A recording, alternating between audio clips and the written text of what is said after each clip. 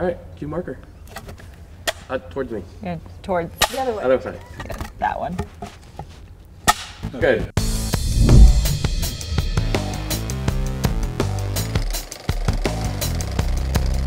Thank you for sitting here. Thank you for having me. So what is the Austin comedy scene like in 2018? It's exploding. People move here from other cities to get discovered in Austin, believe it or not, and then they move on to New York or LA. Austin's kind of the comedy layover. People complain, they're like, oh my God, this city used to be so cool. You could walk down the street, didn't have to pay for parking, rent was cheap, and now look at it. And I'm like, you moved here in April. How has that evolved from where it was years ago? Well, when I started years ago, it was a bit of a challenge. There were a lot of people weren't really into comedy. They didn't know Austin had a comedy scene. So you would play downtown and there would be people who were just drunk. And I liken it to the Soviet Olympic athletes in the 80s. They used to train under oxygen-deprived situations so that when they got out on the field for the competition, they had all this extra oxygen. That's what downtown Austin was like. If you could get people to listen to a joke then, anywhere else in the country, it's going to kill. Yeah, that is some rough stuff. Yeah. You really earned your stripes out there. Well, you gotta suck for a long time. So at what point in your life did you know that you liked making people laugh and that you wanted to make a life out of it? When I realized that I was terrible at everything else. Yeah, so I got fired. Came at it I literally got fired from every job I've ever had. It's addictive. It's just something when you're on stage and you're 2 steps ahead of the audience and they're eating out of your hand, it's the greatest feeling in the world. Where are the married people? Who's married tonight?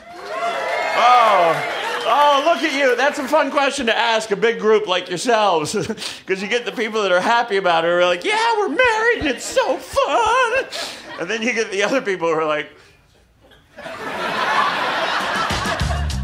Conversely, when you've written something and you're just so excited about it and you can't wait to tell a room full of strangers and you go, bah, and they go, that's the loneliest you'll ever be.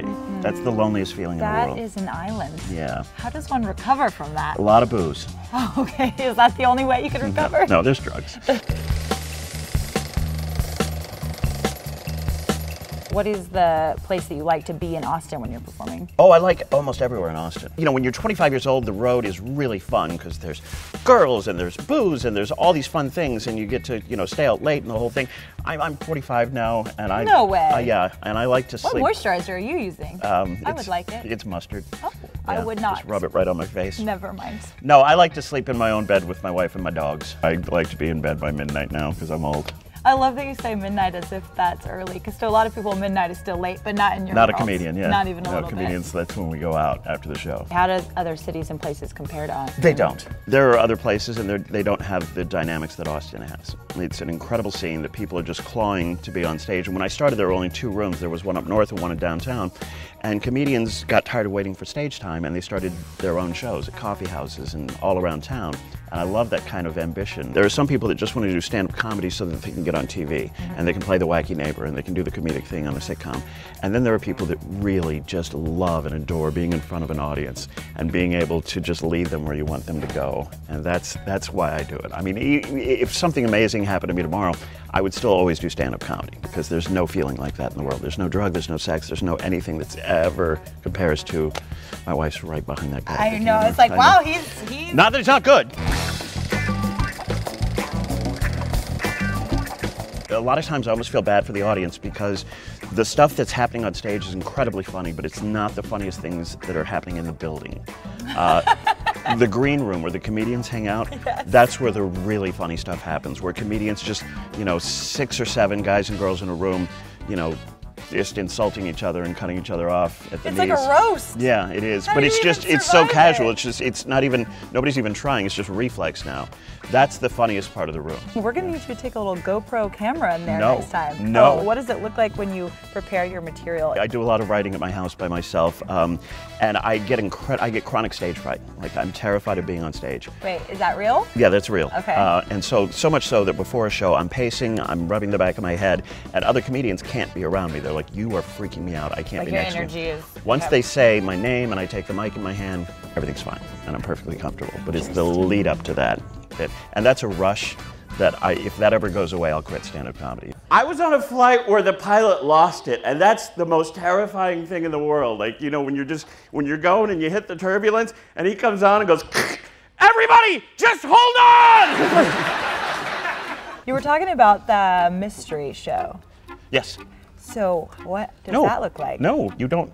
I can't. I can't. Oh, so you know. We just don't get to I might know or I might not know. It doesn't matter. Yeah, it's going to be a super big surprise that we don't know who it's going to be. Well, okay, cool. Yeah. What do you have for lunch today? We just had chips and guacamole. Cool. So who's going to play the show coming up in a couple days? Oh, I see what you did there. Still nothing? See what you did? Can we just get a little See window? what you did? I knew that sounded like a weird interview question for leading me down that road, Taylor. So what does the future hold for you, Matt? I just got back from Iraq. I was there for a month entertaining troops. How did that go? It went really well. It was super fun. Yeah, we were all over the Middle East. Hopefully I'll get to do that again. Cruise ships are nice. It's nice to get paid to go to the Caribbean. I took my wife to Italy a couple of years ago and we went all over the Mediterranean together with Greece and Malta. Y'all are doing life right. Yeah, I told her, I said, listen, I may not be very good in bed, but I'll take you all over the world. And so she agreed to marry me. And on that note, we shall call it a day and say thank you so much. Because you probably have a conversation to attend to. Yes, probably. It's going to be a long car ride home. Matt, thank you so much. Thanks, Taylor. I appreciate it.